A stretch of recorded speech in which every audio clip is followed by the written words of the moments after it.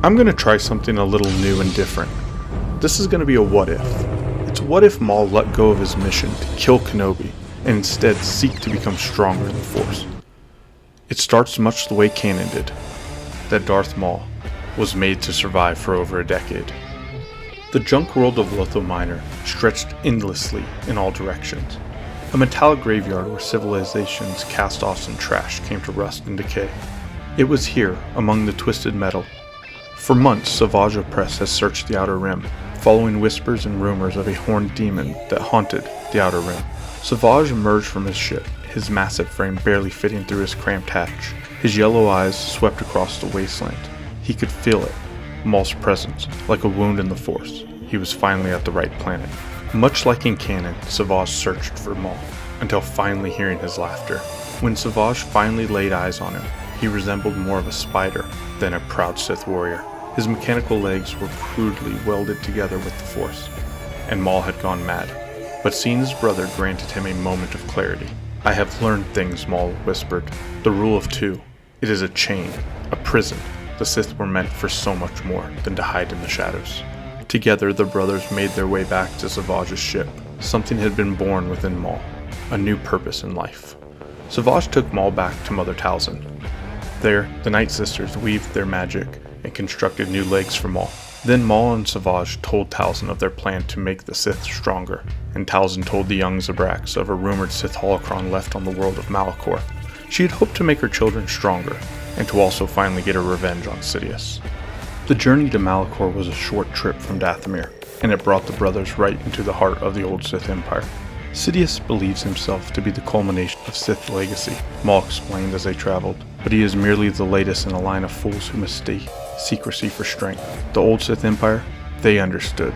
Malachor hung before them like a wound in space, its surface cracked and broken by the battles of the past. Maul had been here before, with Sidious. His master took him to the old temple where the Sith and Jedi fought. This time Maul would be searching for something different. They landed their ship on the complete other side of the planet, and from their ship it appeared nothing was around them, but the Force called to Maul. The ground here was cracked, and some of the caverns went so far down that you couldn't see the bottom, and it was in one of these holes that the brothers climbed, down for what seemed like hours until they stood at the entrance of the Traius Academy. Deep in the academy they found the Traius core, and here they found what Maul had been seeking. The walls were covered in Sith runes that seemed to pulse with their own dark light, and in the center of the room floated a holocron, its surface unmarked by time. The holocron of Darth Malgus, the Emperor's wrath, the one who dared to challenge Lord Vitiate and lived to tell.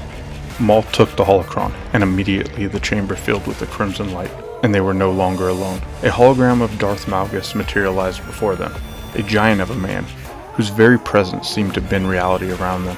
His armor was scarred by countless battles, his breathing mask giving the voice of a mechanical quality. "You are broken," Malgus observed, studying Maul with his eyes. "Discarded. Forgotten. I am reborn," Maul replied, straightening to his full height. "I am the future of the Sith." Malgus just laughed. The ancient Sith Lord began to pace, his holographic form flickering with each step. "The Jedi have grown weak in their thousands of years of peace.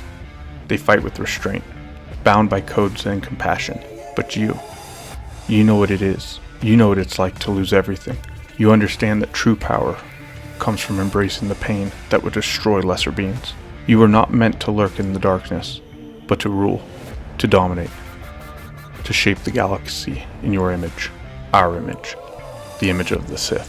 The brothers would learn from Malgus for weeks, and in what would be their last lesson, Malgus stopped before them, his presence filling the chamber like a physical weight. "Build what I could not. Create what the rule of two forbade.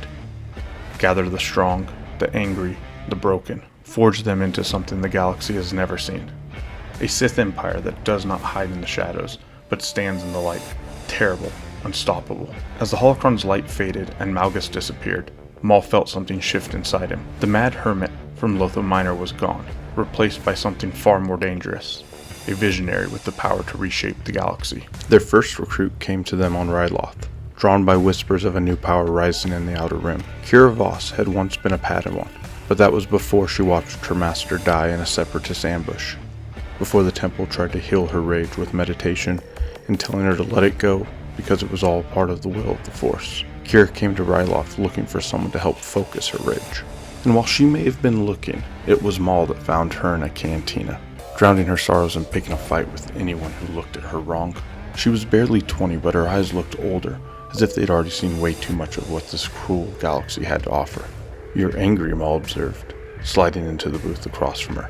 People fled the area of that cantina, sensing the danger that radiated from the Zabrak. "And you're supposed to be dead," Kira replied, her hand moving instinctively to where her lightsaber had hung. Darth Maul, cut in half by Obi-Wan Kenobi. "Death is a choice," Maul said softly, "as is the path that you walk from here. The Jedi told you to forgive, to find peace, while the galaxy burns around you. But I offer you something different, a way to turn your pain into power, to ensure no one else will ever suffer as you have." Kira stared at Maul. "What do you want from me?" she asked. "Everything," Maul replied. "Your anger, your pain, your strength. In return, I will give you purpose." Within a year, their movement had grown beyond anything Maul had dare hoped. The galaxy was full of the broken and lost, former Jedi, Republic soldiers, and even civilians who had lost everything to the war and found no justice in the aftermath. Maul trained them in the ancient ways, but this was not the cruel brutality of the old Sith. This was something refined, purposeful.